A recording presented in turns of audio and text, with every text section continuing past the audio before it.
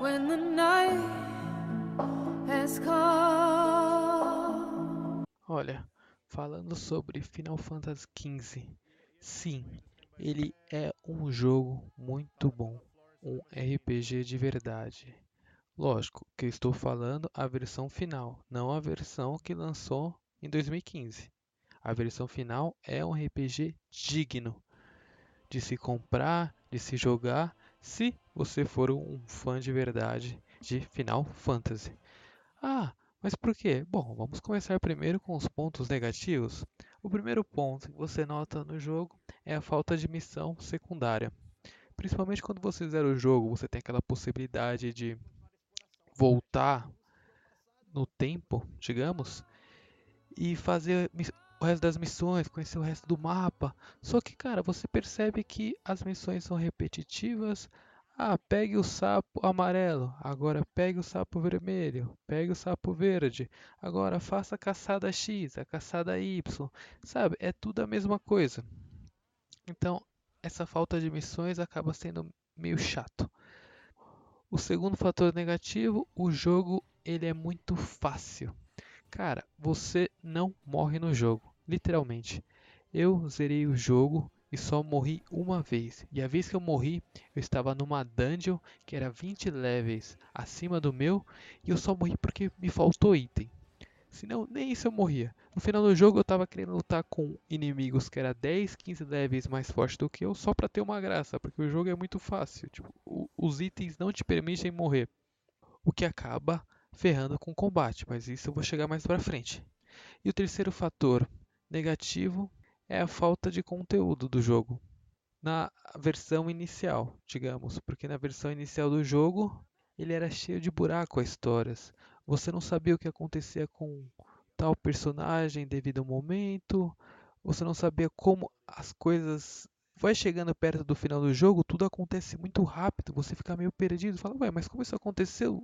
É meio que tudo do nada, sabe? Mas eles corrigiram isso nessa versão que, digamos, no final de 2017 ou até mesmo no começo de 2018, que lançou vários DLCs depois, e eles fecharam a história muito bem, o que acabou tornando a história muito legal, mas eu vou chegar nisso também mais pra frente. Agora, os fatores positivos do jogo. Primeiro, um fator que é muito importante é a imersão. Ah, o que é imersão? Cara, aquela sensação de você conseguir sentar e jogar durante horas e horas e você entrar naquele mundo, o Final Fantasy cumpre muito bem a proposta. Além de ele apresentar um mundo totalmente mágico, com criaturas fantásticas, visuais incríveis, velho, ele consegue fazer uma coisa única, que eu diria de RPG japonês. Não, não estou sendo puxa-saco, porque realmente isso é verdade.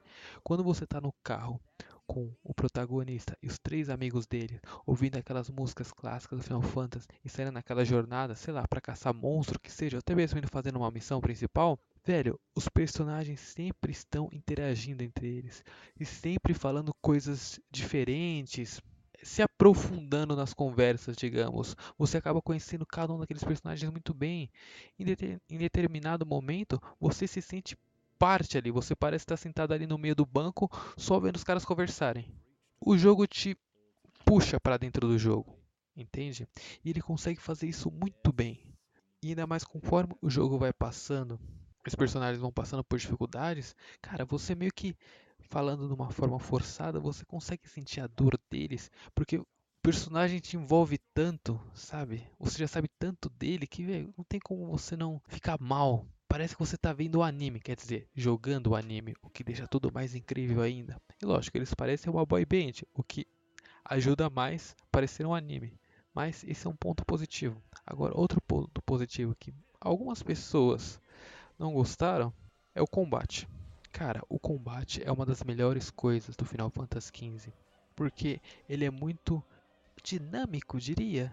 Cara, ele é muito envolvente, na verdade. Primeiro que, se você observar, ele parece um hack slash, mas quando você está lá jogando, você percebe que você não pode sair apertando o botão loucamente, porque você não vai conseguir esquivar dos inimigos.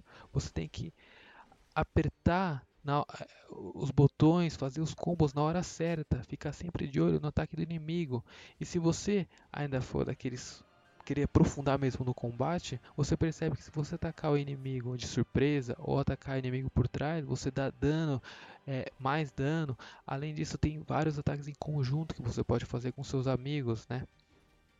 Usando diferentes armas. Então, são N estratégias que você pode usar no combate. O único problema é que, por o jogo ser muito fácil, você não precisa usar N estratégias. Você pode só ir no básico lá e quadrado, quadrado, quadrado. Ah, vou esquivar. Agora eu uso magia. Ah, se eu estiver morrendo, o Summon vem e me ajuda. Você não precisa disso. Agora, se você quiser uma experiência de verdade, você tem que estudar o combate, digamos. Treinar N combos, porque existem N combos para diversas armas. Mas o combate sim é muito bom. Agora, a terceira parte, o que no começo era um fator negativo, mas hoje em dia pode-se falar que sim, é uma boa história, digna até mesmo de Final Fantasy, é a história. Ficou redundante, mas a questão é que a história acaba se tornando válida, sabe? Interessante, digamos. Porque a história, resumidamente, tipo, se for pegar só os fatores principais, nada mais é do que uma jornada de amadurecimento do protagonista, que ele vai sair em busca de armas celestiais, digamos, e atrás dos Summoners para fortalecer a nação dele, que pode acabar entrando em guerra com outras nações. E ao mesmo tempo ele vai amadurecer nessa jornada para quando ele voltar ele se tornar um rei, porque ele é um príncipe. Só que o que acontece é quando ele sai nessa jornada com os amigos dele, que na verdade são os seus guarda-costas, meu, mal começa a jornada e o reino dele já é atacado. O pai dele, que é o rei, morre, a cidade é destruída, muitas pessoas morrem, só que ele não pode voltar para a cidade. Ele tem que continuar seguindo em frente. E logo em seguida, ao que seria a futura esposa dele, morre. O amigo dele fica cego. E ele não pode chorar, ele não pode parar, ele tem que continuar indo. E como é um jogo que te envolve emocionalmente com os personagens, fica tudo muito mais intenso, entende? Aí a história vai seguindo, digamos, nesse ritmo. Nesse meio tempo, tem o vilão, o que isso eu posso falar com certeza. É um dos melhores vilões de Final Fantasy, da série Final Fantasy. Por quê? Primeiro que ele aparece desde o começo do jogo. Só que dá e não dá pra perceber que ele é o vilão principal. Eu mesmo não percebi. Pra mim ele é só um cara fodão, mas para algumas pessoas vão falar que dá pra perceber que sim, ele é o vilão do jogo.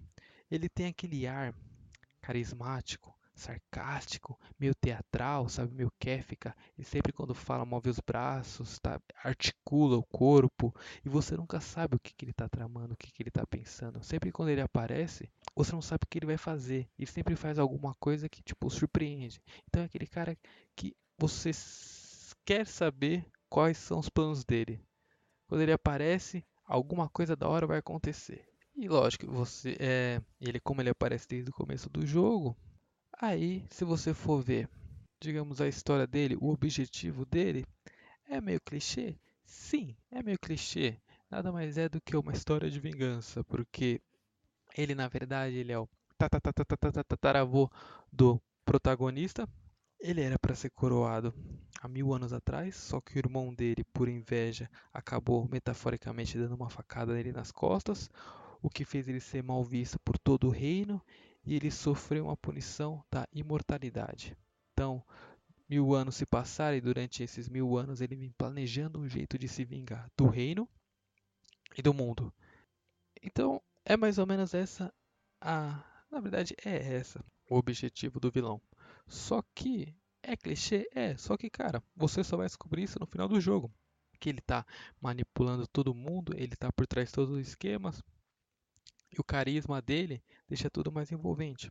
E o que deixa o jogo um pouco mais, digamos, sério, o que dá um sabor maior, que no final do jogo o protagonista se sacrifica para salvar o mundo, né? Ou seja, ele morre.